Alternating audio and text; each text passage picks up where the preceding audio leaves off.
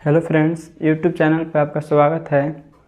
आज नया साल है, हैप्पी न्यू ईयर। आज हम नया चैप्टर शुरू करने जा रहे हैं बायोलॉजी में। देखिए बायोलॉजी क्या है ये। बायोलॉजी के दो भागों में बांटा गया है, एक जूलॉजी एक बोटनी।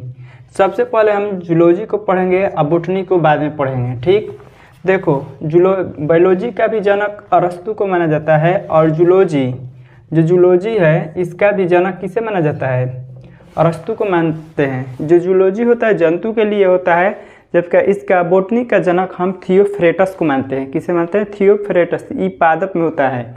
ठीक, अब इस चैप्टर का बायोलॉजी में हम जूलॉजी में कोशिका शुरू करने जा रहे हैं। तो आप पहले पूछेंगे कि कोशिका किसे कहते हैं। तो कोशिका में प्रत्येक जीवधारी के संरचनात्मक एवं क्रियात्मक इकाई को हम क्या कहते हैं? कोशिका कहते हैं। ठीक, कोशिका का जो अध्ययन होता है उसे हम साइटोलॉजी कहते हैं। क्या कहते हैं? जैसे हम कोशिका का अध्ययन कर लेते हैं उसी को हम क्या कहते हैं? साइटोलॉजी कहते हैं। देखो मृत कोशिका का खोज रॉबर्ट हुक ने किया था। कौन किया था? मृत खोज। देखो यहाँ मृत याद करने का तरीका है। मृत देखो हुक जैसे लड़का है इसलिए हुक।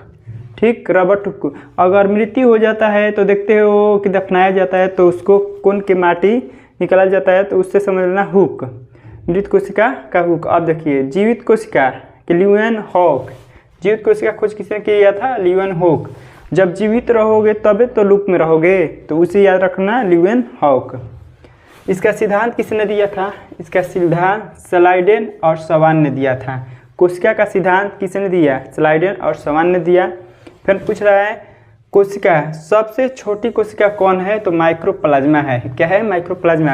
आपसे पूछेगा सबसे छोटी कोशिका कौन सी है? माइक्रोप्लाज्मा है।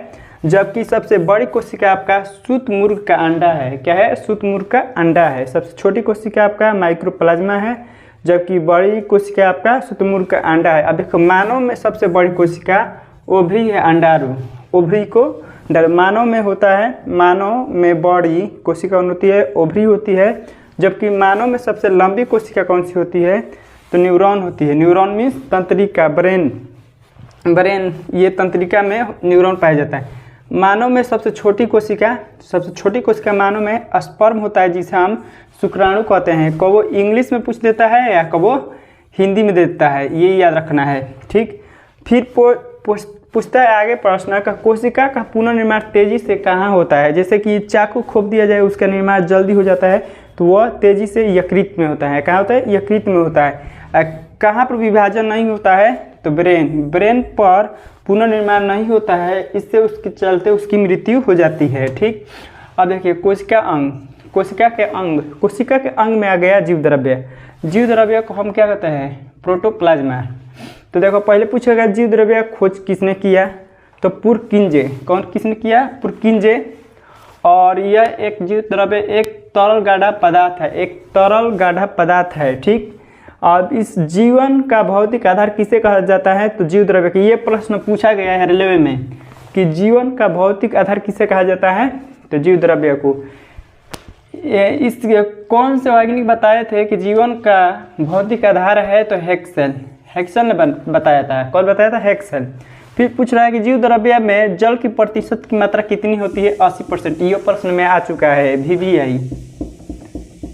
ये भी प्रश्न आ चुका है कि जीव द्रव्य में 80% क्या पाया जाता है? तो जल पाया जाता है।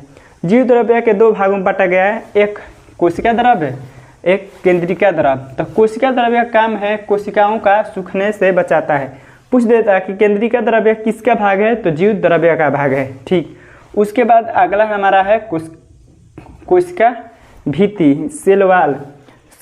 यह सेलुलोज का बना होता है। पूछेगा कोशिका किस भित्ति का बना होता है? ये भी VVI है। यह भी प्रश्न आ चुका है कि कोशिका भित्ति किसकी बनी होती है? सेलुलोज की बनी होती है। यह केवल कहाँ पाई जाती है? पादप कोशिका में, जैसे पेड़ पौधा सुरक्षा देता है। जीवाणु, इसमें जीवाणु एक पादप है। जीवाणु क्या एक पादप है? तो इसका कोशिका भित्ति किसकी बनी होती है?